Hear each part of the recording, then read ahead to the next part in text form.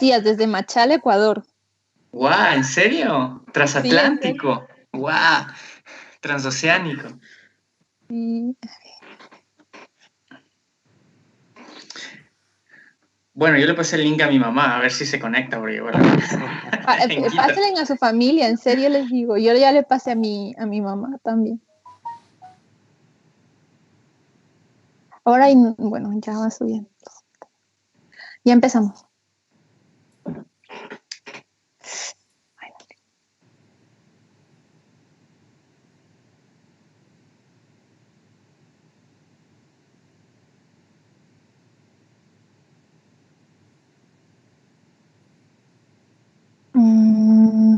Lichi, bueno, a ver, creo que ya hemos empezado la transmisión. Muy buenas tardes, compañeros. Somos el CRC, somos Revolución Ciudadana en Madrid y vamos a hablar sobre las privatizaciones en Ecuador, cómo se ha venido desarrollando todo este sistema neoliberal en nuestro país en estos últimos años, y para eso contamos con dos compañeros, Renato Villavicencio. El Renato es Renato Villavicencio Garzón, es de Quito, tiene 34 años, está haciendo un máster en estudios sobre globalización y desarrollo para la Universidad en el País Vasco. También tiene el máster en análisis político por la Universidad Complutense de Madrid y actualmente es doctorando en ciencias políticas y de la administración, también por la misma universidad. Después contamos con el compañero Josué Takuri Pilataxi, estudia también en la Universidad Complutense de Madrid, en la Facultad de Económicas. Cada uno va a hablar sobre un tema diferente. Vamos a empezar con Renato, contigo, por favor.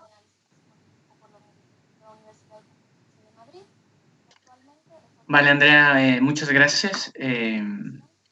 Bueno, muchas gracias primero al CRC por la oportunidad de aportar en esta discusión, que dadas circunstancias, bueno, igual no es lo más prioritario, pero era un tema que teníamos pendiente, que queríamos hacerlo de manera presencial, pero creo que nos tenemos que adecuar a las circunstancias. Creo que igual vale la pena seguir discutiendo el tema de las privatizaciones y del manejo económico del país. Así que, bueno, aunque los dos vamos a hablar de privatizaciones, yo voy a hacer un repaso histórico un poco para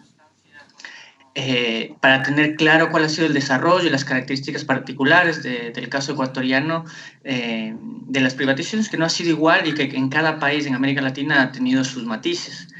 Entonces, si me permito empezar, y me voy a tomar yo también el tiempo para, para ser riguroso. Como les decía, voy a hacer un poco este repaso para poder entender qué pasó principalmente en la década de los 90 y principios del 2000 y entender mejor lo que puede estar pasando ahora, ¿no? Que puede haber similitudes y diferencias, y creo que complejizando el debate, creo que es lo mejor para ir entendiendo cuáles son las implicaciones reales y los procesos reales de las privatizaciones para el país. Entonces, un poco, creo que tenemos que empezar. ¿Dónde empezar? Creo que principalmente en la década de los 80, aunque no solo.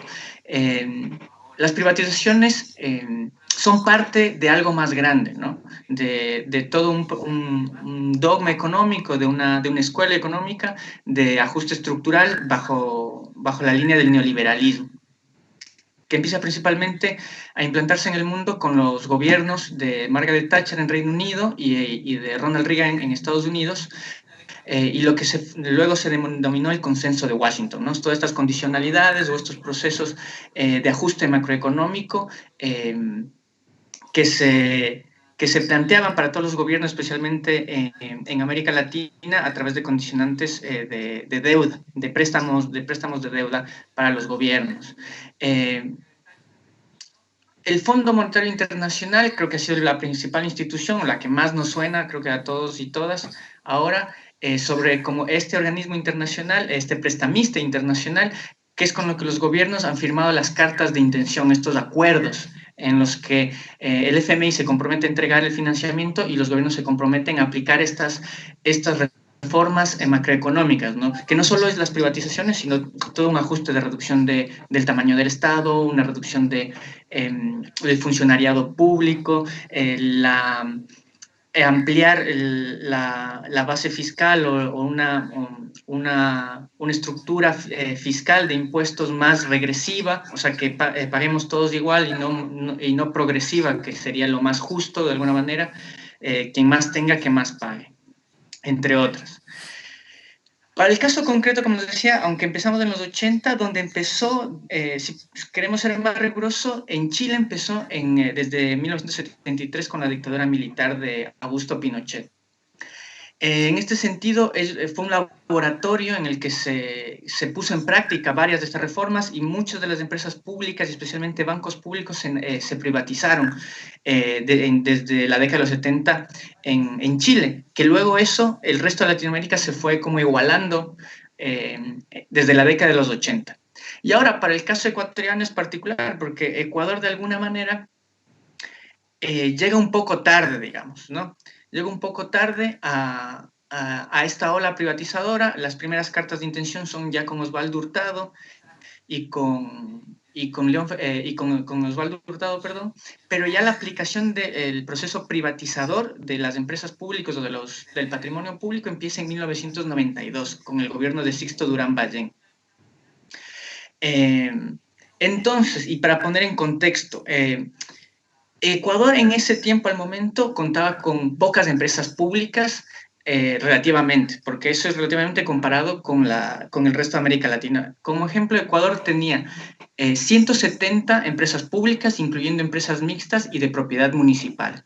Pero por decir, Chile tenía más de 500 empresas públicas, México 1.200, Argentina más de 600, Bolivia casi 700 y Perú 400. Entonces, en realidad, de hecho, incluso la propia lógica pública estaba poco madura en Ecuador.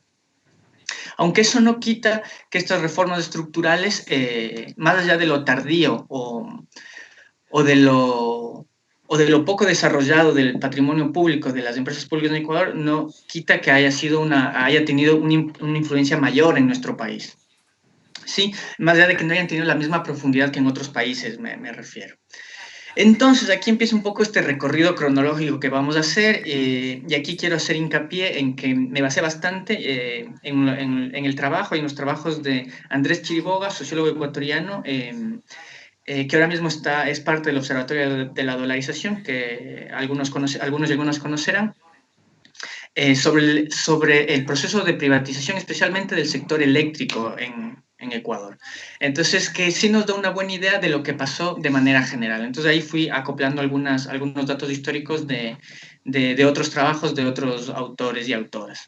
Entonces, empezamos en 1992 con la Ley Especial de Telecomunicaciones, ya entrando el gobierno de Sixto Durán Ballén. Y aquí imagino que los más grandes se acordarán empieza lo que era la transformación de IETEL en EMETEL, el Instituto Ecuatoriano de Telecomunicaciones, que era la telefónica pública, le convierten en una empresa y genera un paquete accionario para poder empezar a privatizar cierta parte de ese paquete. Este proceso un poco se va estancando porque no hubo oferentes, De hecho, el sector privado, nacional como internacional, no estuvo tan interesado, al menos en las condicionantes, que ya veremos más adelante. Luego, en el 93 empieza, y esto es importante, la ejecución o el dictamen de la Ley de Modernización del Estado, ¿sí? Que es, de alguna manera, la ley paraguas en la que se basa el gobierno nacional o los gobiernos nacionales subsiguientes para legalmente poder justificar la privatización de los recursos públicos, del patrimonio público, ¿no? Y en esta ley se crea el CONAM, ¿sí? El Consejo de Modernización del Estado, que va a ser el ente público que va a liderar y que va a llevar a cabo todo el proceso de privatización. Entonces, este es un actor fundamental, especialmente en esta primera ola de privatizaciones. En esta primera ola, se empiezan a privatizar varias empresas estatales, especialmente las pequeñas, digamos, las más fáciles de vender, porque las más grandes, la telefónica, las empresas, el sistema eléctrico, digamos, es más grande, es mucho más complejo, como lo vamos a ver. Entonces aquí, desde el 93, directamente se va a Cemento Nacional, Cemento Selva Alegre, se privatiza Fertiza, que es la agroindustria de fertilizantes pública, el Hotel Colón pasa a manos privadas y Ecuatoriana de Aviación, que era una de las empresas de transporte aéreo del país. Se van algunas empresas más pequeñas, pero esto es como un poco ya para entender con las que se empieza a deshacer. En el 95 hay un hito importante que, aunque no es la privatización de una empresa pública, en el 95 Sixto Durán Ballén plantea una consulta popular, son 11 preguntas, pero una de las principales, si no decir la principal pregunta de esas 11, era sobre la posibilidad de privatizar la seguridad social en el Ecuador. Ganó el no, la gente dijo no a la privatización de la seguridad social en Ecuador, que fue de hecho un golpe muy fuerte para el gobierno, o sea, un golpe político muy fuerte para el gobierno de Durán Ballén. Pero eso no le detuvo en el resto de sectores, ¿no? Ahí también se expidió la ley de reformas especiales a las telecomunicaciones y aquí ya empieza también a empezar el proceso de privatización de la telefónica pública. Se permite dividir Emetel para que entre la participación del sector privado. Aquí ya empiezan a aparecer la telefónica del sector de la región andina y amazónica, Andinatel, y para la región litoral pacífico, lo que es Pacifitel. Dame un segundo que se me colgó mi... Sí. En el 96 se expide la ley de régimen del sector eléctrico que puso ya en liquidación al Instituto Ecuatoriano de Electrificación, INESEL, ¿sí? Aquí lo que se intenta hacer con el primer paso para privatizar INESEL es partirle en sectores dependiendo del circuito eléctrico. O sea, si INESEL se encargaba tanto de generación, transmisión y distribución de la energía eléctrica en el país, se parte las unidades de negocio de generación, o sea, cada central hidroeléctrica, por decir, o la termoeléctrica en ese tiempo, son empresas aparte. La transmisión, que es el tema todo de cableado de las torres de transmisión, es otra empresa, aquí nace Transelectric, y distribución, que son las empresas eléctricas regionales. Ejemplo, la empresa eléctrica Centro Sur, que es la parte de Loja, el Oro, me parece también, la empresa eléctrica Quito, la empresa eléctrica de Ambato. Entonces, lo primero que hacen es partirles para luego venderles más fácilmente. Esto en el 96. Ya van a entender por qué me meto mucho con la legalidad y con la cronología, para entender cuánto tiempo tomó.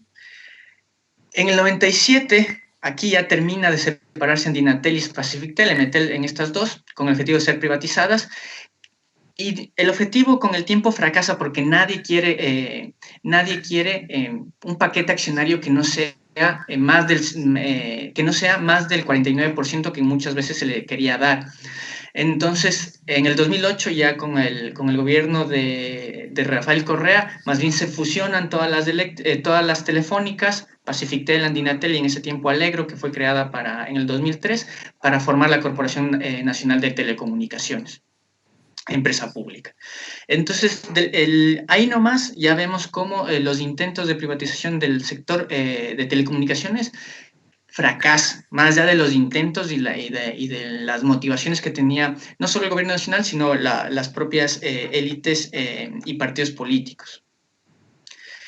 En 1998, y esto es un hito también fundamental, una de las cosas que frenaba, y eso quizá también es una de las razones por la que el sector privado no estaba del todo interesado en entrar a licitar por parte de las empresas públicas, es porque en la Constitución del 79 estaba prohibida entregar los sectores estratégicos a manos privadas. Entonces, lo que pasa aquí en la Constitución del 98, en la Constitución del cuartel en Sangolquí, que estaba dominada por la democracia popular de Yamil Maguad y compañía, y de los socialcristianos de Jaime Nebot y compañía, revocan ese articulado y y revocan el articulado sobre la propiedad estatal de los sectores estratégicos, sobre el petróleo, sobre la electricidad y las telecomunicaciones. Entonces aquí ya desbaratan, para mí personalmente, la principal barrera, más allá de que ya hayan avanzado legalmente por otros lados. Pero ya en la Constitución, que es la ley máxima, en el 98 se cambia esa postura. ¿Qué pasa luego? Y aquí ya nos vamos a centrar principalmente en el sector eléctrico.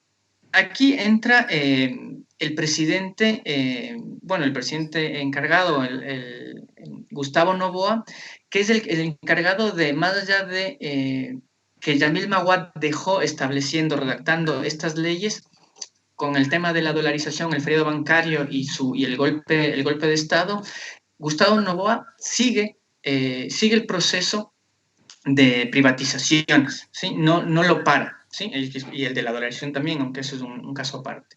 Entonces, Gustavo Noboa, o en su gobierno y con ese Congreso Nacional, dicta la ley para la transformación económica del Ecuador, que es la conocida Trole 1. Por eso el año pasado, hace 2 años, en el 2018, empezábamos con la Trole 3. Empezábamos desde la 3 porque ya había habido 2, y la primera y la segunda son del 2000, digamos, la Trole 1 y la Trole 2, que es la Ley para la Promoción de la Inversión y la Participación Ciudadana. Aquí ya se establece lo que les decía antes, se establece la posibilidad de la enajenación del 51% de las acciones para el sector privado, o sea, que pueda tener mayoría accionaria en empresas públicas.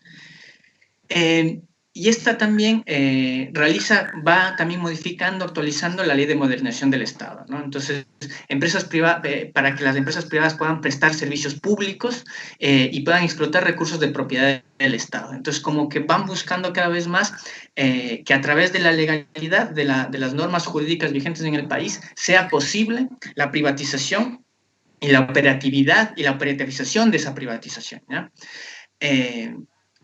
En el 2000 el CONAM ya empezó a meterse en las minucias de lo que es la privatización. Ya tenía la Constitución, ya tenía las leyes orgánicas macro, y ahora necesitaba ya empezar con los reglamentos. Toda ley necesita un reglamento, una ley regulatoria.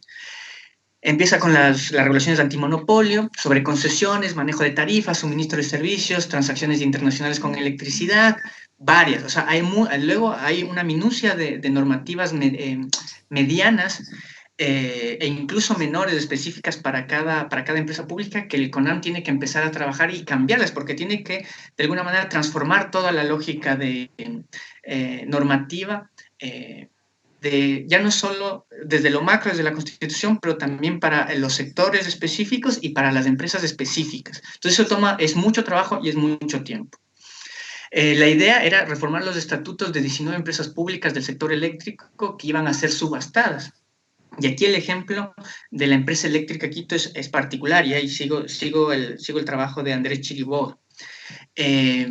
Aquí ya la presión pública, especialmente de los movimientos sociales, CONAIE principalmente, y de algunos sectores políticos empieza a ser ya más fuerte.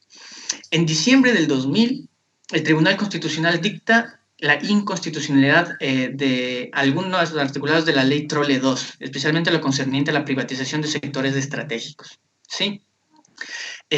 Las particularidades de las presiones que vinieron tanto de movimientos sociales como la CONAIE, de sindicatos, los sindicatos de las empresas públicas, especialmente del sector eléctrico, y de los partidos políticos tienen matices interesantes. El ejemplo como les decía, el ejemplo de la empresa eléctrica Quito es fundamental. En el 2001 ya pasa, luego de la inconstitucionalidad del dictamen de inconstitucionalidad, en el 2001 el CONAME empieza a presionar a las empresas eléctricas para que empiecen a adecuarse los estatutos para que venga la inversión privada. El municipio de Quito, como accionista mayoritario, que tenía el 51%, si no me equivoco, ahora sí, en los estatutos hablaba de que para tomar decisiones se necesita una mayoría cualificada, o sea, 2/3 de los accionistas, de los votos de los accionistas. Y el CONAM pide que se reduzca al 51%, cosa que el municipio de Quito, como accionista mayoritario, perdón, como accionista mayoritario, no tiene el 51% el municipio de Quito, tiene menos, pero suficiente como para no querer cambiarlo, porque su voto era fundamental. Entonces no pueden cambiar, ¿sí? Como que se estanca el proceso de privatización en los trámites, entre comillas, menores, ¿sí? El municipio de Quito no quiere perder soberanía sobre una de las empresas más rentables que tiene el municipio. Y se ven frustrados un poco los planes de privatización de todas las empresas públicas. El ejemplo de la empresa eléctrica Quito y del municipio de Quito, en ese tiempo gobernado por la izquierda democrática, con Paco Moncayo a la cabeza, es importante. Entonces, de hecho, ahí las declaraciones de Rodrigo Borja vienen a colación de manera importante. Ellos, de manera ideológica, en el buen sentido me refiero, o sea, siempre han estado en contra de las privatizaciones. Entonces, la izquierda democrática, a través de su autoridad en el Consejo de Metropolitano, negaron, ¿sí?, la posibilidad de privatizar la empresa eléctrica Quito. Y una oposición paradójica del Partido Social Cristiano a las privatizaciones de las eléctricas, que es interesante también. Más allá de que la familia Noboa, Gustavo Noboa, que fue el presidente del CONAM todo este tiempo, tenían raíces social cristianas, eran gente que políticamente había coincidido mucho tiempo, pero León Febres Cordero había generado varias declaraciones en las que alertaba sobre los problemas que iba a haber en la privatización del sector eléctrico. Lo que se intuye es que, más allá de las afinidades ideológicas, el Partido Social Cristiano y su grupo, digamos, no estaba de acuerdo en la privatización porque aparentemente Gustavo Nova y su grupo no estaban conectados, como que el Partido Social Cristiano materialmente, económicamente, no estaba invitado a la fiesta de la privatización. Entonces, como León Febres Cordero daba cuenta de eso, hablaba de hienas y gallinazos, dando cuenta que iba a ser un problema el que no estén todos de acuerdo con qué va a pasar, que las élites no estén de acuerdo en cómo va a ser ese proceso de repartición. Entonces es paradójico porque la cabeza de los socialcristianos, León Febres Cordero, ya alertaba y estaba en desacuerdo, más allá de que en el Congreso Nacional el Partido Social Cristiano era la punta de lanza de las privatizaciones. Y luego, un poco terminando esta parte de la cronología de la primera ola, es las bancas de inversión. Las bancas de inversión, y supongo que habrán oído algunas personas ahora sobre quiénes son las personas los organismos que van a valorar las empresas públicas, cuánto valen. Entonces, normalmente lo hace una banca de inversión internacional, recomendadas por los propios financistas, el FMI, el Banco Mundial. Y en este caso era una banca de inversión que era Salomon Smith Barney, que fue la encargada de valorar las 17 empresas distribuidoras, ¿sí?, las empresas eléctricas. Y aquí ahí también hubo problemas. ¿Por qué? Porque para empezar empezó a valorar por menos de lo que el CONAM consideraba. Entonces ya hubo en el 2002 unos problemas. Gustavo Nova dijo que lo había valorado muy poco, mandó a revalorar en otro banco, en otra empresa auditora, y le dio 752 millones, o sea, casi 200 millones más. Entonces, ¿y por qué había estos problemas? Porque también estas bancas de inversión, más allá de su apariencia de neutralidad y de técnica y de profesionalismo, aséptico, también hay conflictos de intereses. Entonces hay que también saber mirar con lupa quiénes son estas bancas de inversión o estas auditoras que son las que se encargan de valorar, porque se veía luego que Salomon Barney era parte del Citibank, del consorcio Citibank, de esta banca internacional estadounidense. Y el Citibank era uno de los principales, el tercer principal accionista del Banco Santander aquí en España. Y el Banco Santander era el principal accionista de Unión Fenosa, que era una de las empresas eléctricas privatizadas aquí en el Reino de España y que tenía 1.000 millonarias inversiones en el sector energético en América Latina. Entonces aquí ya había también una colusión de intereses, un conflicto de intereses también de parte de las bancas de inversiones que participaban del proceso de privatización. Aquí les dejo, hay unos 2 gráficos que resumen toda esta primera parte y como me estoy quedando sin tiempo voy a acelerar. También tenemos que ver lo que pasó con el progresismo y las privatizaciones, más allá de que siempre hubo en el gobierno de Rafael Correa y la Revolución Ciudadana, hubo una manifiesta intención de ir en contra de las privatizaciones y del neoliberalismo. En el 2016, con lo que ellos llamaron la tormenta perfecta, ¿no? Con el terremoto de Manabí, la caída en picado del precio del petróleo, el pago de fallos judiciales mil millonarios a empresas transnacionales, el Estado se quedó sin liquidez, ¿sí? Entonces, ahí en esas urgencias, parte de la ley de la solidaridad o de propuestas para la ley de reactivación era la venta de activos del Estado. Entre esos se propuso vender Banco del Pacífico, Flopec, CNT, abrirlo a capital privado, quizá no privatizarlo, pero sí que parte del accionariado, hasta el 49%, como se lo planteó, sean privados. Estaba, como les decía, TAME, Fabrec, Cementera, empresa pública, incluso algunas hidroeléctricas y las que siempre estuvieron en venta como las televisoras, ¿no? Por suerte, de alguna manera, ninguna se llegó a dar, ¿sí? No se llegó a necesitar, como se dice ahora, monetizar, privatizar ese patrimonio estatal para generar la liquidez necesaria para salir del bache económico del año 2016 principalmente. Luego ahí dejo un poco abierto en el 2015 lo que pasó con el campo Auca. Ahí, si el campo, no se concesionó, pero sí se estableció un nuevo contrato con la petrolera Schlumberger para el manejo del campo 61, el campo Auca, uno de los más ricos del Ecuador. Entonces ahí, por $6.000 millones más o menos, a 20 años se entregó la operación del campo Auca a Schlumberger, pero eso es un debate que lo dejo un poco abierto. Y ya para ir cerrando, este nuevo capítulo de neoliberalismo recargado.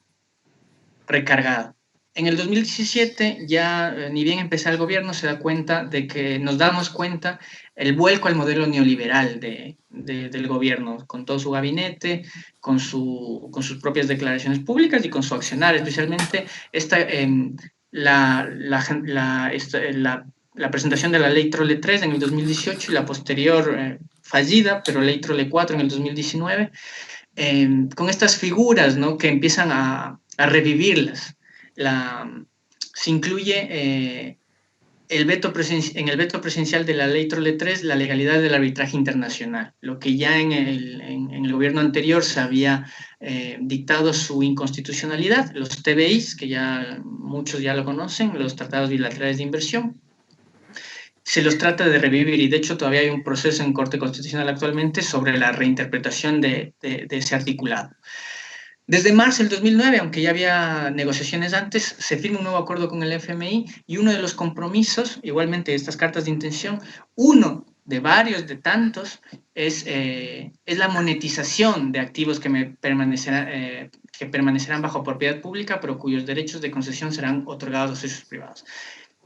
Esto es una privatización. La única diferencia para mí es que es una privatización a largo plazo, porque en 20 años, 30 años, dependiendo del contrato, de la negociación, volverá la propiedad a manos del Estado, pero después de mucho tiempo en la que la empresa podrá en realidad hacer cualquier cosa con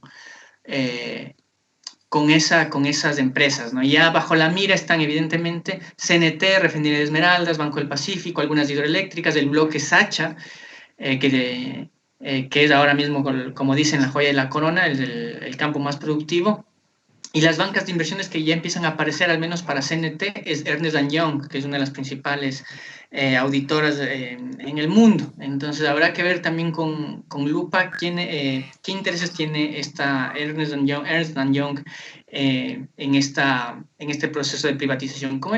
Todavía están empezando, aunque están tratando de ir a marchas forzadas, hay pasos que tienen que cumplir. Y aquí lo voy a cerrar muy, muy, muy rápido porque ya me pasé bastante mi tiempo y ya pido disculpas.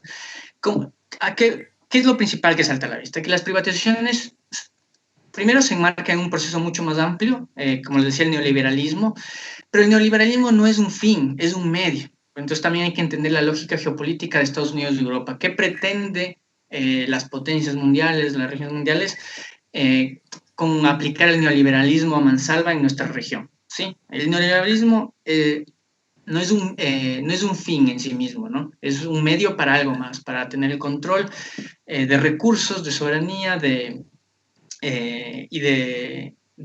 y mantener en control geopolíticamente ciertas regiones. Es un proceso largo y complejo, como ven. No es cuestión de firmar y ya está, decreto presidencial y se vendió. A ver cuánto me dan. No es una subasta de un día, de media mañana.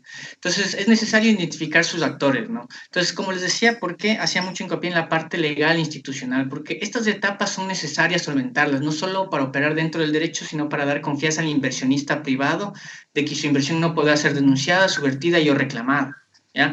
Y aquí, y eso lo poníamos como con mucha conciencia en el flyer, el expolio debe ser legalizado, ¿sí? Porque esto no es como a la interna, como pasó con el Consejo de Participación o con muchas otras cosas. Para el inversionista privado es importante que las cosas estén claras y estén dentro de la ley, porque si no, dentro del país las cortes o las instituciones pueden estar secuestradas, pero a nivel internacional eso va a saltar, ¿ya? Entonces ellos no van a soltar plata para perder, ¿ya? Entonces el proceso legal e institucional es fundamental cumplir y quemar esas etapas. Lo político, lo social, las disputas entre élites y sus facciones no son baladíes, importan y pueden condicionar el proceso.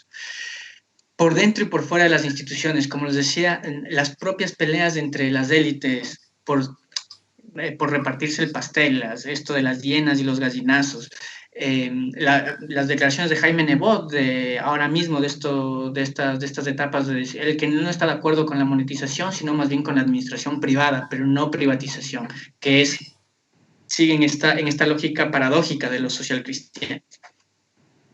Y que la movilización social importa, o sea, el estar enterado, del manifestarse, el alzar la voz, no solo marca la opinión pública, sino que presiona a las instituciones, ¿sí? En contra del proceso de privatización. Eso funcionó en los 2000 y lo mismo ocurrió más tarde en el 2003-2005 contra el TLC con Estados Unidos, el ALCA con Estados Unidos.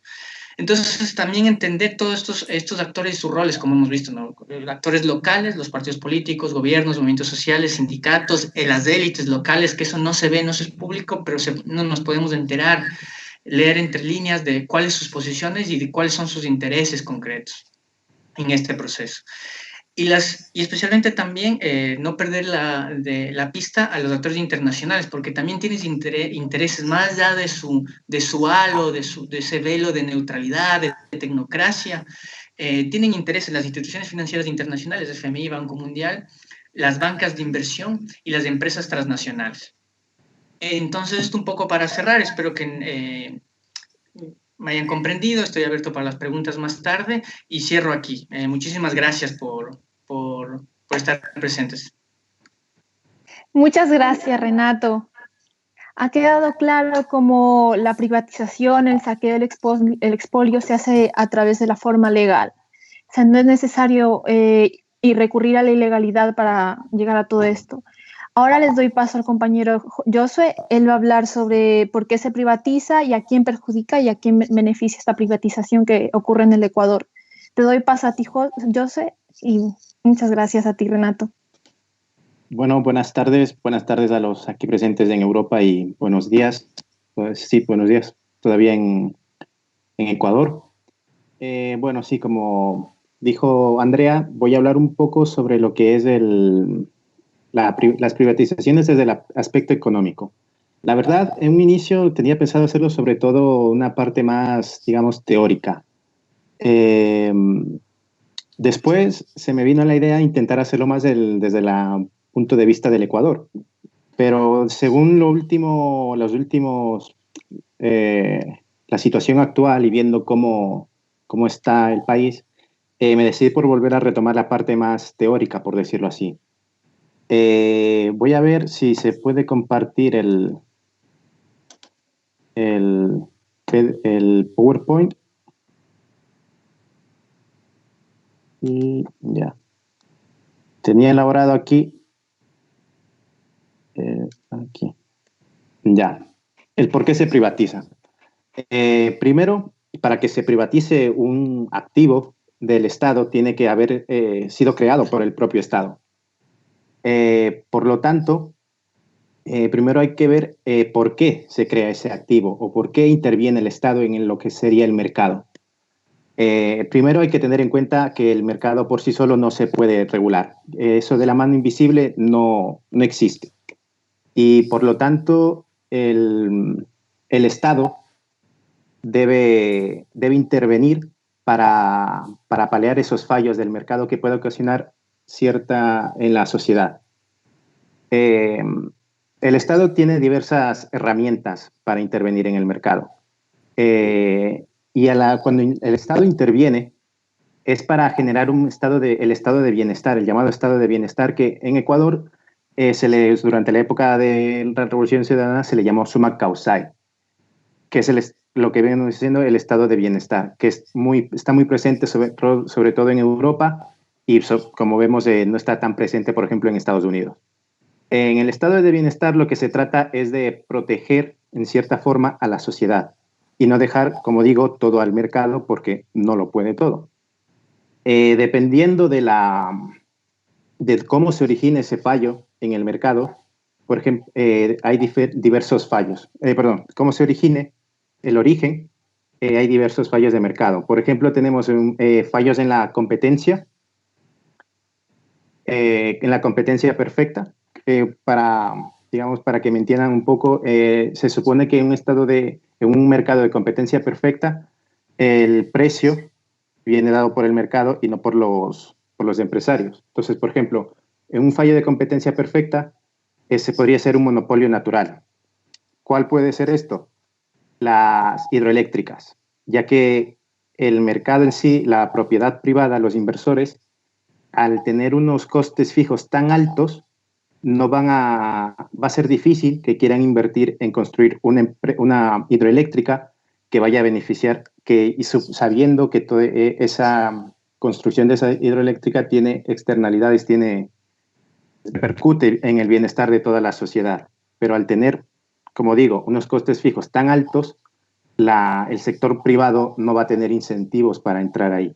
Y es aquí donde interviene el Estado, creando esas hidroeléctricas, creando hospitales, construyendo carreteras, mejorando las carreteras o mejorando la educación.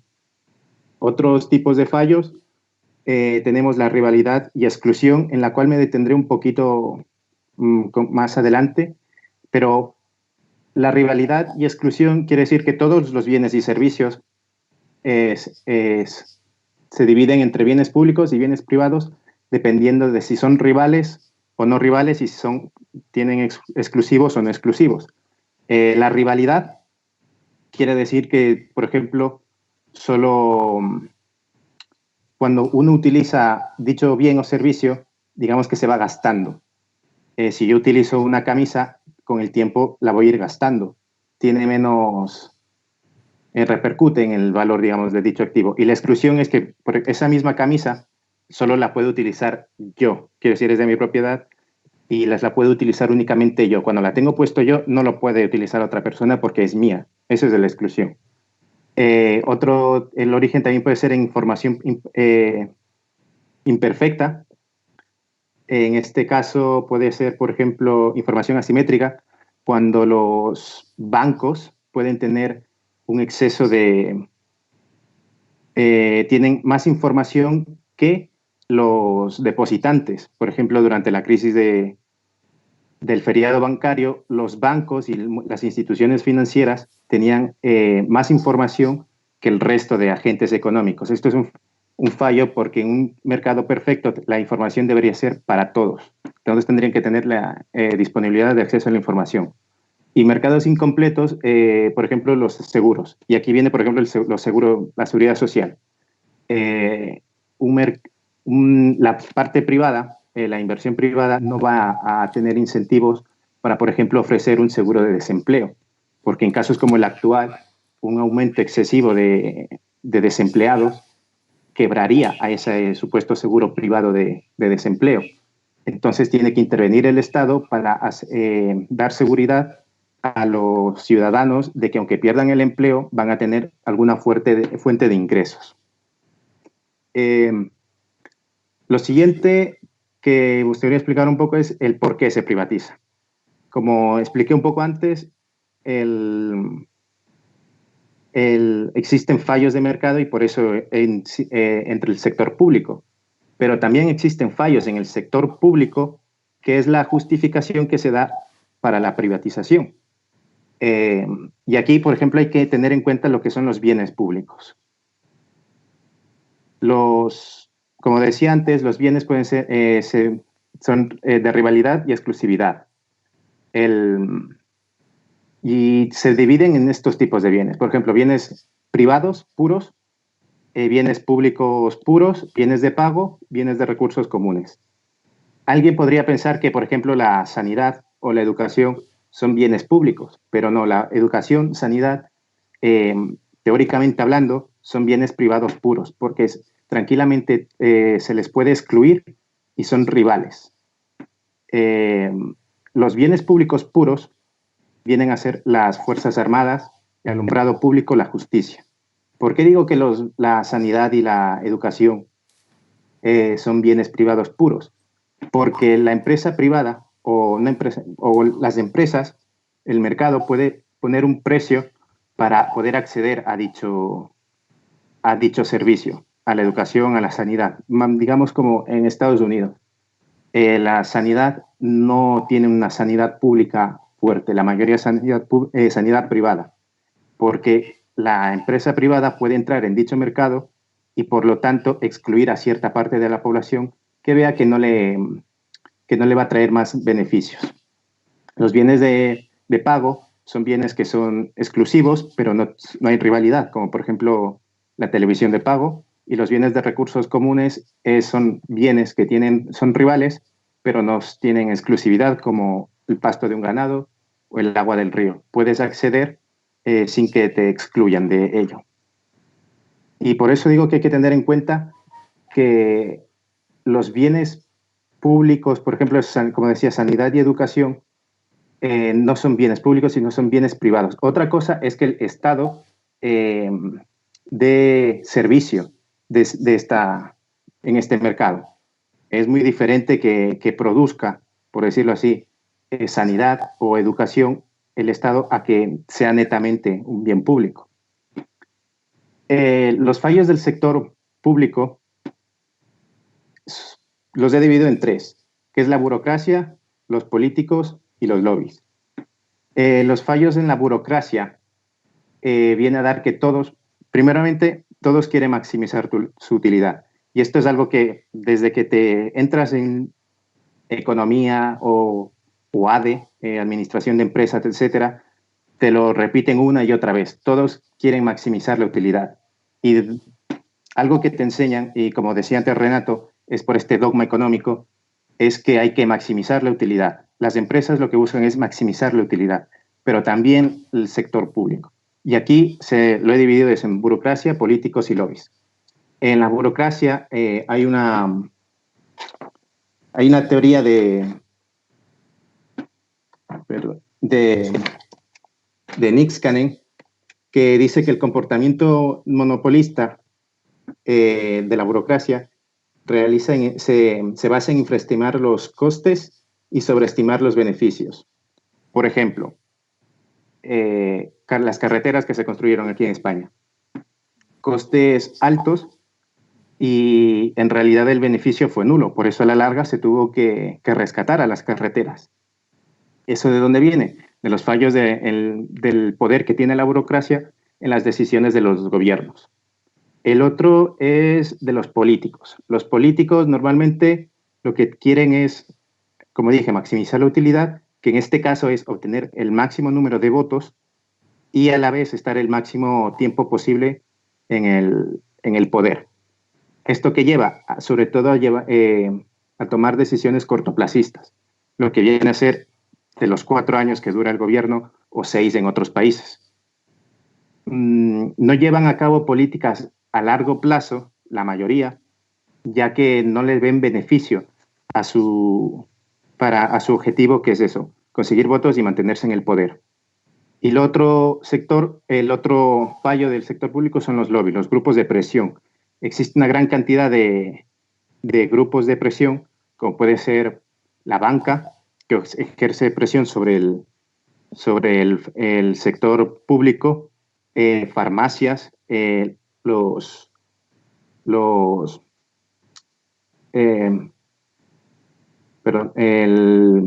los grupos de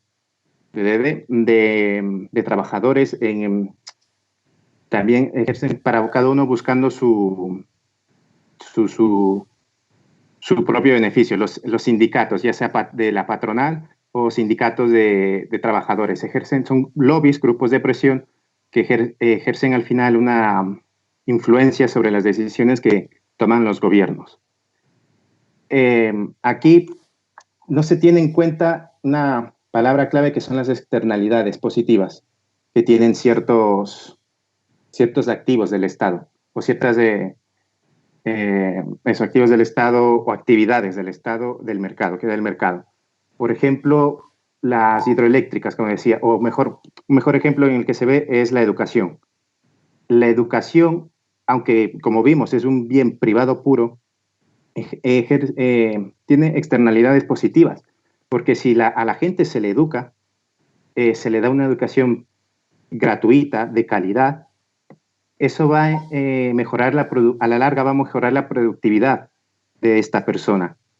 Y mejorando la productividad de esta persona va a crear un bienestar, va a aumentar el bienestar de esta persona y va a fomentar el crecimiento económico.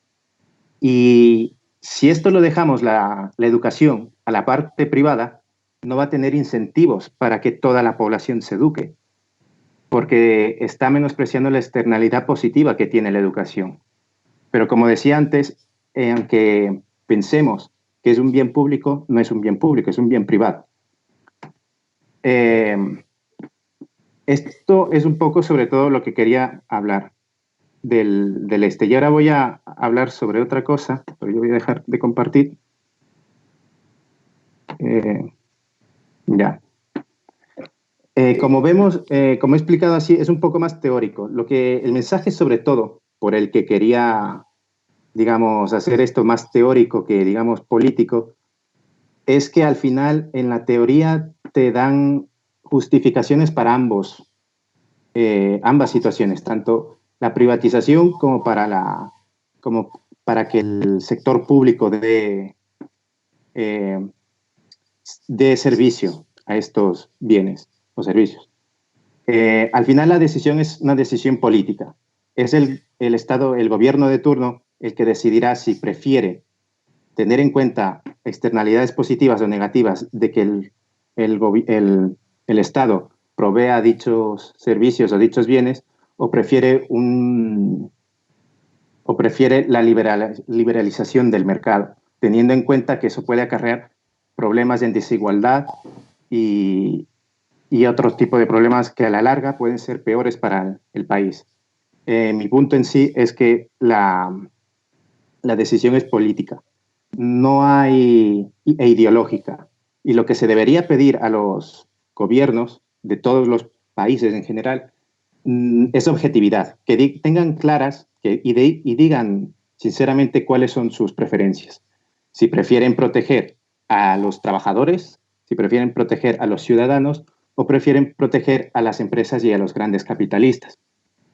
Como digo, hay que exigirles objetividad y después ejercer presión sobre aquellos gobiernos que han decidido dar la espalda al pueblo. Como digo, esto era más una parte teórica. Luego, si tienen alguna pregunta o lo que sea, estaré encantado de responder.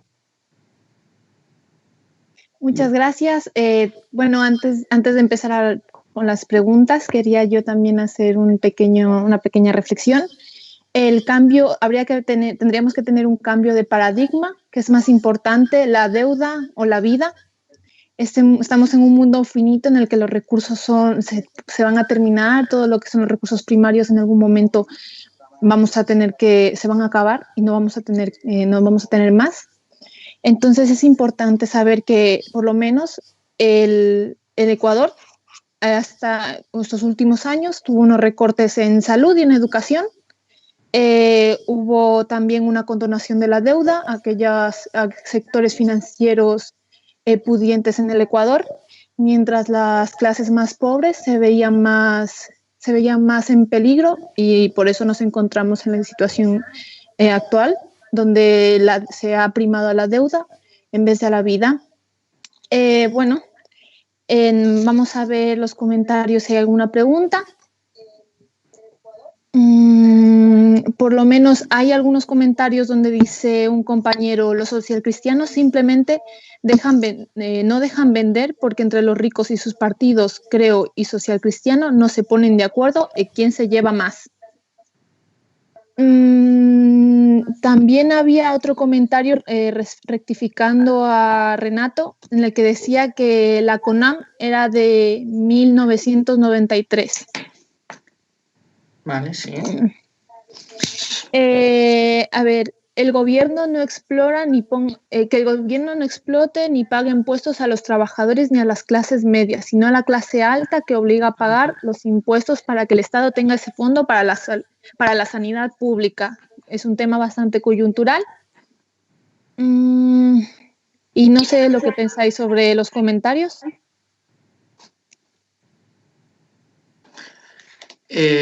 Bueno, voy yo un poco. Sí.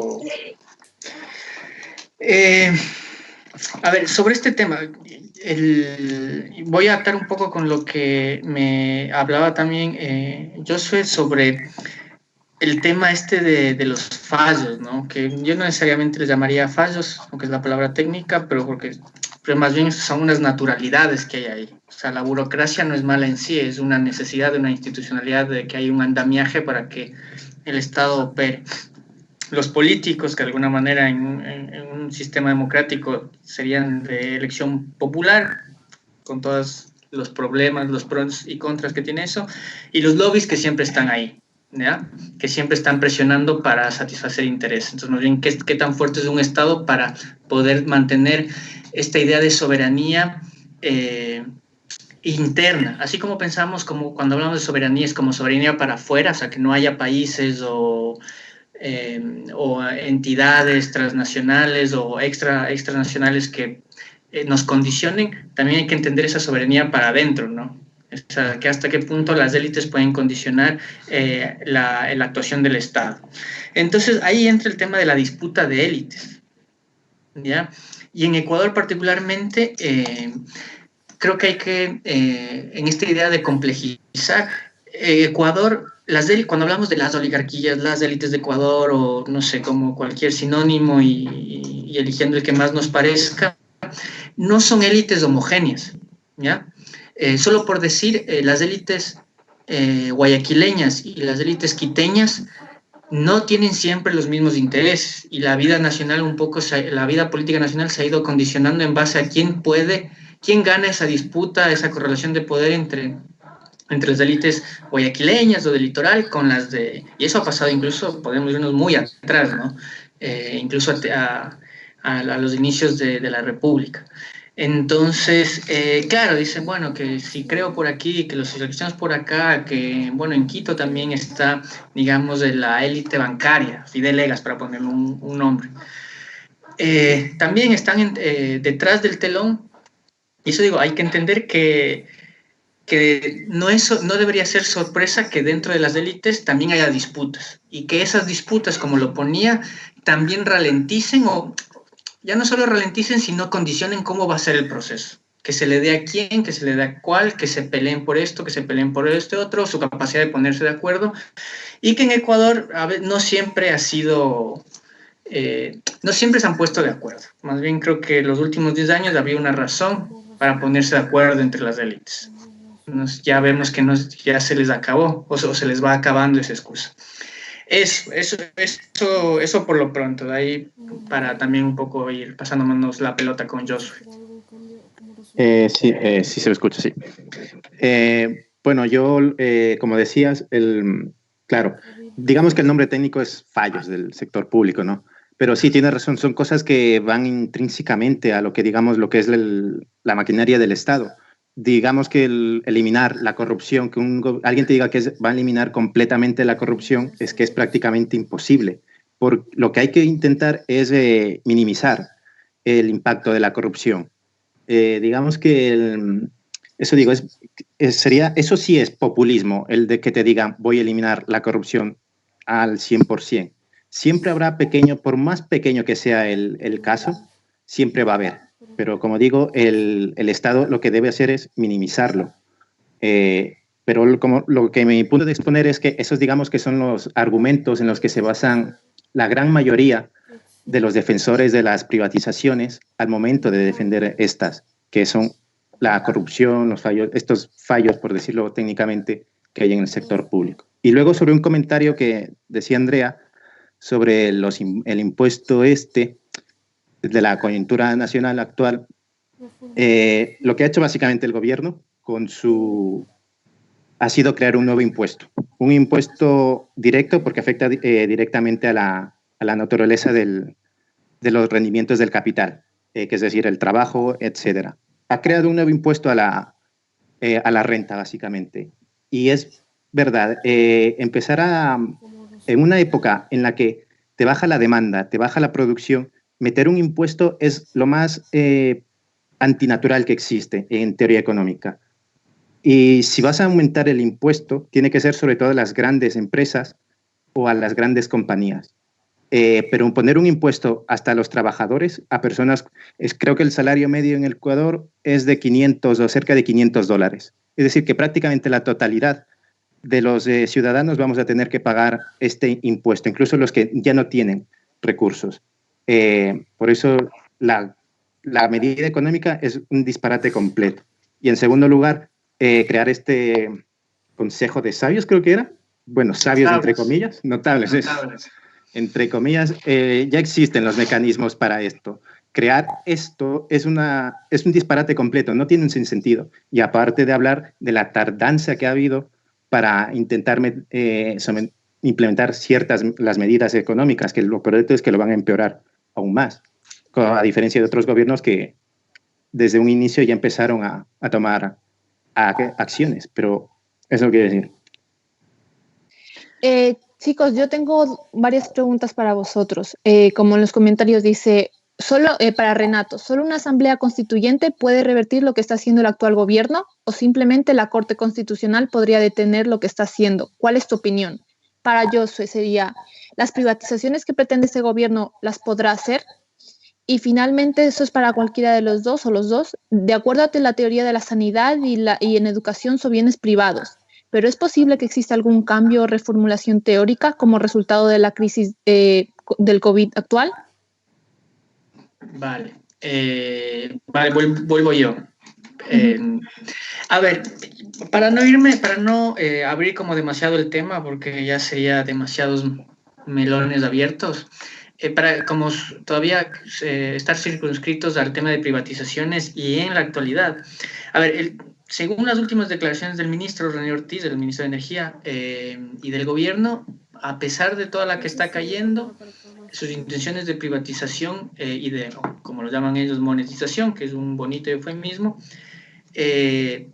siguen intactos. O sea, ellos, de hecho, van a aprovechar que el riesgo país, o sea, el riesgo país que aquí en España se le dice la prima de riesgo, está muy alta para que esta valoración de precios de las empresas públicas tire a la baja, entonces sea más barato, ¿ya? Luego ahí habrá chanchullos sobre quién gana las comisiones de venta y etcétera, etcétera, que por ahí siempre hay personajes oscuros que siempre están, esos pueden ser los gallinazos y las hienas a las que Febres Cordero se refería hace 20 años. Pero, a ver, solo en tema privatización y constitución, actualmente la Constitución prohíbe la privatización del patrimonio nacional y de los sectores estratégicos. O sea, ahorita mismo no pueden. O sea, para privatizaciones no habría que hacer asamblea constituyente y prohibirlo. O sea, ya habría que hacer cumplir la Constitución.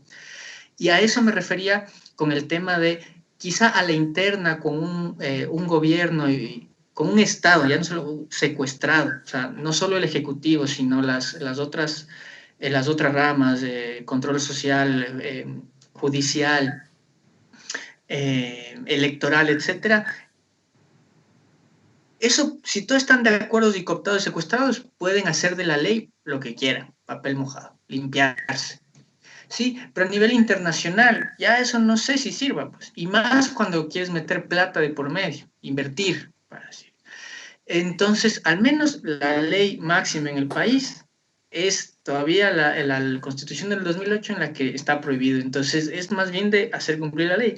Entonces, igual que hace 20 años, que como les ponía, no había sectores interesados, una de las razones podía ser es que todavía la ley, especialmente la Constitución del 79, decía que no se podía.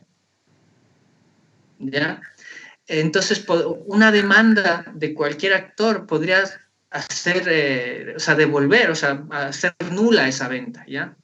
Entonces, los inversionistas privados van a lo seguro, ellos no van a tirar una bala al aire, ¿ya? Entonces, eso tenemos que tener claro. Y ya el resto de la situación nacional, ahorita mismo no me quiero meter porque es abrir demasiado la conversación. Por eso, al menos eso, en temas de privatización, la Constitución actual, que todavía sigue vigente, lo prohíbe, ¿ya?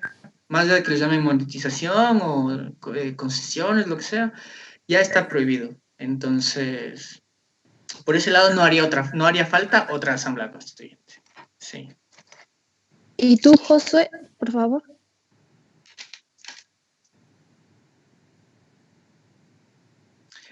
No sé, está. El audio.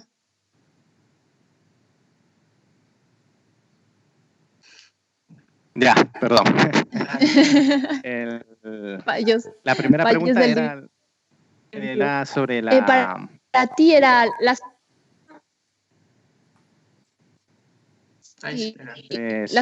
si crees que debido a la situación actual habría una reformulación teórica como resultado de la crisis mundial.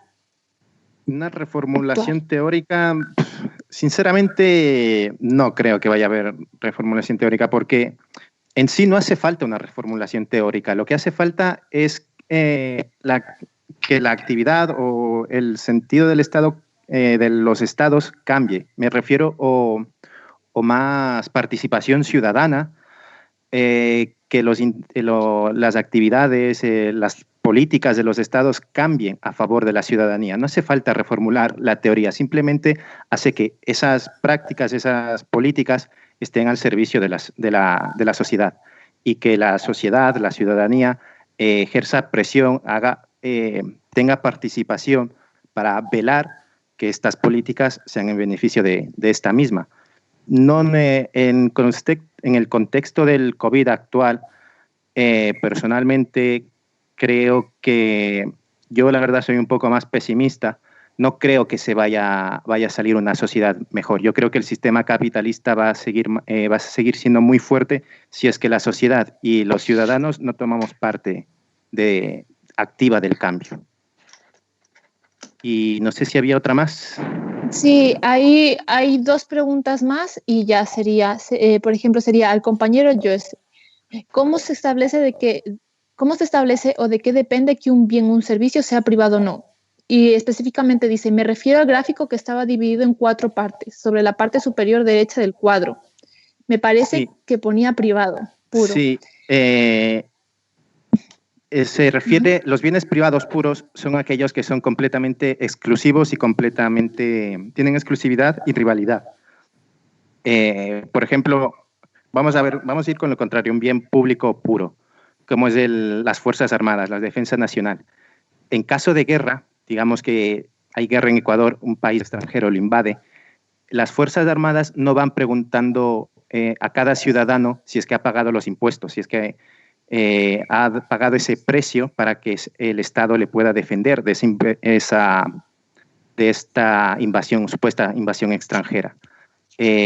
Como no hay un mecanismo en el que se les puede excluir a las personas, y además cuando el Estado despliega esta defensa nacional, todo el mundo se beneficia a la vez, eso es lo que, digamos, define un bien público puro. que no tenga rivalidad ni tenga exclusión. El bien privado puro, como es la sanidad, la parte privada puede tranquilamente poner un precio y si tú no eres capaz de pagar ese precio para acceder a ese servicio, pues vas a estar excluido. Eso no sé si se ha entendido.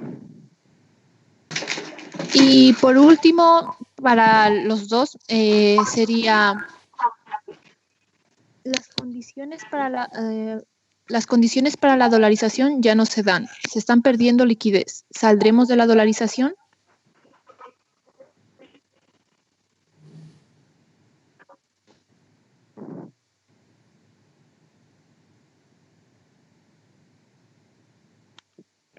¿Voy yo, Andrea, o quién va? Es complejo el tema y por eso creo que una de las razones o justificaciones con las que se ha mantenido el gobierno, ¿no? Los dólares, como no podemos producir dólares, o sea, moneda propia, necesitamos que la moneda entre, ¿ya? Desde fuera. Entonces, de alguna manera, como la sangre del sistema, los dólares. Y claro, ahora mismo es probable que los dólares salgan mucho. Entonces, y por eso una de las justificaciones para tener liquidez rápido, para que el gobierno pueda meter liquidez rápido, se sostendrán sobre la excusa de privatizar para tener dinero rápido ahora. Claro que luego eso en el futuro, como ya no estarán, ya que el país se la busque. Sí, hay una alerta sobre una posible posibilidad de desdolarización de la economía, aunque no se sabe cómo, porque todavía hay muchas incertidumbres y todavía hay mucha capacidad del Estado de hacer cosas, aunque no sé si tenga la voluntad política, como decía Josué, de actuar para controlar el sector externo, es decir, que entren más dólares que de los que salen. Entonces, el panorama es sombrío, pero no me atrevería a describirlo con más detalle. Bueno, lo de la dolarización, como dijo Renato, lo más seguro es que empiecen a salir dólares de la economía nacional por el contexto, por la crisis actual del COVID, la inestabilidad política, ya que no hay un gobierno que dicte, que ponga orden, por decirlo así, o que diga las cosas claras. Entonces, la inestabilidad política deriva en inestabilidad económica y, por lo tanto, como dijo Renato, saldrán dólares de la economía, es lo más seguro. En cuanto a la dolarización, yo personalmente lo que creo es que no podemos vivir siempre de la dolarización. A mi parecer, lo más beneficioso, no solo para el Ecuador, sino para toda Sudamérica, sería algo parecido al euro, una moneda común, con políticas comunes, monetarias comunes. Eso evitaría crisis inflacionarias como en Argentina, Venezuela o otro tipo de crisis económicas que pueda haber. Y, por ejemplo, en el contexto actual, aunque hemos visto que la Unión Europea, digamos que se mueve, hay dos Europas, la del norte y la del sur, en cierta manera, esto lo dijo, por ejemplo, el otro día el expresidente Correa, España, aunque tampoco tenga políticas monetarias comunes, tiene detrás al euro que en cierta manera sí le puede ofrecer ayuda. Nosotros no, porque nuestra moneda es el dólar y nosotros nos movemos a lo que diga la Fed, la Reserva Federal estadounidense, que hará lo que les beneficia a ellos. La Fed nunca va a ser lo que nos beneficia a nosotros. Y por lo tanto, la dolarización yo lo veo que algún momento tiene que acabar, pero tiene que acabar con la creación de una moneda común en Sudamérica. Y para eso necesitamos también integración política, no solo económica, sino también política.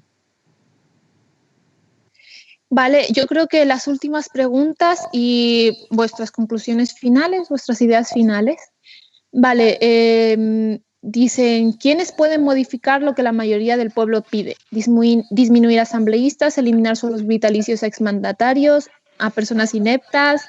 Y la última pregunta es, ¿hay algún mecanismo para que el Estado continúe vendiendo los bienes del Estado? Me supongo que los públicos. A ver, yo creo que ahora mismo, personalmente yo soy enemigo de esas soluciones facilonas, de reducir asambleístas, reduzcan el sueldo y como si esos valores luego van a solucionar el problema estructural de liquidez o incluso de urgencia. sí, suenan bien, tienen mucho pegue, como que tienen sentido, pero el tema de asambleístas se puede reducir, porque es un tema de representación. Entonces, es como, bueno, ¿a quién le vas a quitar los asambleístas? A Guayas, a nadie, seguro nadie va a querer que le quiten asambleístas, ¿ya? O sea, que le representen menos políticamente.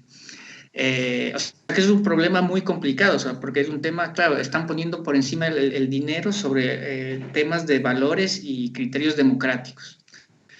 Los sueldos, sí, que pueden ganar mucho o poco, ese es un debate. Que con reduciéndoles el sueldo, con eso se soluciona. Para mí no, no se soluciona. Bueno, entonces son resoluciones muy facilonas. Incluso si es que se pudiera reducir asambleístas cosas como esos, son temas constitucionales. O sea, habría que cambiar la constitución y cambiar la constitución también cuesta plata porque es de elecciones, procesos de asambleístas, constituyentes, etc. Entonces no es así de fácil. Ahora acabo de ver hace un rato que Lenín Moreno ha dispuesto a reducir los salarios de la 50, al jerárquico superior al 50%. Bien, yo creo que como lo decía hace unos días, yo creo que es un tema simbólico, que creo que en lo simbólico puede ser importante, pero no va a solucionar estructuralmente los problemas económicos. ¿Sí? O sea, y como simbólico se debe juzgar a quien lo haga y a quien no lo haga. ¿Ya? Esa es como mi respuesta en ese punto. Y lo que decía, algún mecanismo para evitar que el Estado continúe vendiendo los bienes del Estado, un poco es lo que hacíamos un repaso, ¿no? El proceso es largo y tiene como varias etapas y varios actores. En su momento, la movilización social fue un parteaguas importante. O sea, en su momento, en los años dorados de la movilización de la CONAIE, que era de alguna manera la punta de lanza del progresismo nacional, esos tiempos, sí, importantes, gloriosos, paró, o sea, no solo fue la CONAIE, aunque la CONAIE fue la que más movilizó y representó no solo a los pueblos indígenas, sino que representaba algo más, representaba esa clase media, esa clase trabajadora progresista o de izquierda que quería representar esa idea de cambio, ¿no? Y de resistencia en ese momento.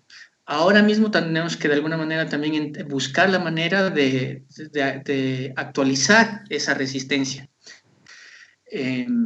Porque evidentemente hay una parte que el Estado está secuestrado, entonces están jugando con trampa, digamos, ¿ya? Están metiendo códigos para que en el juego no les pase nada, nunca las balas no les toquen, las jueces no les toquen, entonces ahí es difícil meternos por los mecanismos más legales. Pero la movilización popular siempre es importante y creo que este espacio, y si lo difundimos más y seguimos conversando y estamos actualizados sobre lo que implica, lo que puede venir, o sea, dónde están los dispositivos, creo que eso hace bastante porque eso moviliza a la gente y crea una opinión pública. Y la opinión pública, quieran o no, pesa. O sea, más allá de que en Twitter digan o en las redes sociales digan que el gobierno tiene mucho apoyo, no, hay una opinión pública en la calle que algo está informada, que se da cuenta, entonces más bien estos espacios son los que le dan forma a esa opinión pública. Eso es como lo puedo ver ahora. Luego, como ven, eso digo, ya las propias disputas entre élites, las propias etapas legales, la hacen lenta. O sea, por más rápido que quieran ir, yo creo que el tiempo no les va a dar y cruzo los dedos para eso. ¿Ya? Pero bueno, veamos.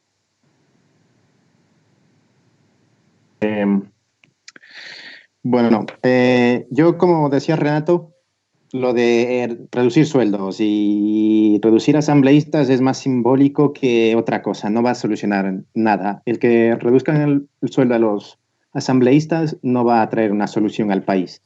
Y como decía, eliminar asambleístas quita representatividad, así que no tiene tampoco sentido. Es más, entre simbólico y hasta, como decía antes, populista, porque es lo que mucha gente quiere oír y es lo que le acaban diciendo, pero no trae solución de nada. Y yo personalmente lo que creo es que la sociedad debe involucrarse más y la sociedad civil, los ciudadanos deben entender que el ir a votar cada 4 años no va a solucionar los problemas. Tienen que involucrarse de manera más activa en lo que es la vida política del país. Como decía, ir cada 4 años a dar un voto a elegir al asambleísta o al presidente o lo que sea, no te va a traer las soluciones. Hay que involucrarse más, pero también hay que involucrarse con cabeza, y eso se consigue con educación. Por eso antes se decía tanto la importancia de la educación, porque hay que crear una conciencia en la gente de que la respuesta no va a caer del cielo y que tenemos que buscarla nosotros mismos. Y eso, digo, se consigue con educación, educación y educación. Y por eso es tan importante que los gobiernos apuesten por este sector. Y por mí, eso es. Muchas gracias a los dos. También quería yo dar una opinión propia. Yo creo que hay que tener claro que esta es una lucha de las bases del pueblo, es una lucha indígena, es una lucha mestiza, feminista. Todos estamos luchando en bloque contra unas medidas de injusticia social, no son justas para la sociedad, y en Ecuador la mayoría hay población muy pobre, y actualmente esta situación en la que nos encontramos de intentos de privatización, falta de presupuesto, recortes en sanidad, en educación, ha llevado en la situación en la que estamos, y tanto por redes sociales como hablando con familiares, saliendo a las calles allá en el Ecuador, y las personas que estamos aquí dando ayuda a los que podamos, es como vamos a conseguir un cambio social. En cierta medida complicado, pero es un cambio. Muchas gracias. No sé si nos podéis dar vuestras reflexiones finales, una frase brevemente y terminamos con esto. Y solo quería deciros que estamos leyendo los comentarios, nos están felicitando a los dos por vuestras ponencias y quieren más, así que a vosotros. Empieza tú, Renato, no se te escucha. Dale. Sí, de eso, reitero el agradecimiento al CRC por la iniciativa, por la apertura para poder participar y aportar en el granito que se pueda para la reflexión. Como decías, Andrea, yo creo que en momentos como estos, en los que estamos en contra de la ola, estos espacios desde abajo para abajo, por decirlo de alguna manera, creo que cobran más importancia, lo que decía Josué. No solo basta con ir a votar y ir a votar bien, sino hace falta educarse, informarse, construir redes, fortalecer la solidaridad, la comunidad. Y entonces espacios como estos y con mucha creatividad otros más, ¿no? Para en el momento de ahora que nos toca eso de vacas flacas, de momentos duros, tener una base sólida que no solo sea de arriba abajo, sino que desde abajo estemos conscientes de lo que pasa, podamos aportar. Y eso, yo creo que es un momento muy complicado para el mundo en general y para el país. Entonces, agradecer a la gente que ha estado aquí, pendiente de manera virtual en Ecuador y en España, a darles un abrazo muy grande a todos y todas. Espero que estén bien, que se cuiden mucho y que de alguna manera vamos a salir de esta también. Bueno, sí, igual, agradecer al espacio creado y todo, a los que han podido vernos a través de YouTube y los que hemos estado aquí para intentar llevar esto a cabo. Y bueno, un poco decir repetir lo que dije antes, que tiene que haber más la sociedad civil se tiene que involucrar más en la actividad política de una manera consciente, como digo, porque el ir a criticar por criticar tampoco trae nada. Tiene que ser de una manera consciente, y como dije, que eso se consigue a través de educación, no solo de educación que puedas recibir en el colegio o universidad, sino leyendo, informándote de la situación actual, etcétera, y para tener por lo menos una opinión propia, y que no sea simplemente lo que has escuchado por Facebook o por Twitter o por las redes sociales. Y bueno, en contexto actual eso, como dije, ahora más que nunca necesitamos estar presentes todos. Ya vemos que el sistema es muy frágil y que a la mínima nos deja desamparados a todos. Y entonces, ahora más que nunca tenemos que tener en cuenta que solo nosotros nos podemos salvar a nosotros mismos. Y eso, agradecer a todos y espero que por Ecuador estén todos bien y despedir. Muchas gracias a todos y a nuestro CRC, somos Revolución Ciudadana Madrid. Tenéis aquí nuestro correo en la página de YouTube. Seguirnos, darle like y compartir el vídeo si os ha gustado. Y muchas gracias a todas y todos. Hasta luego, hasta pronto. Hasta luego. Hasta luego.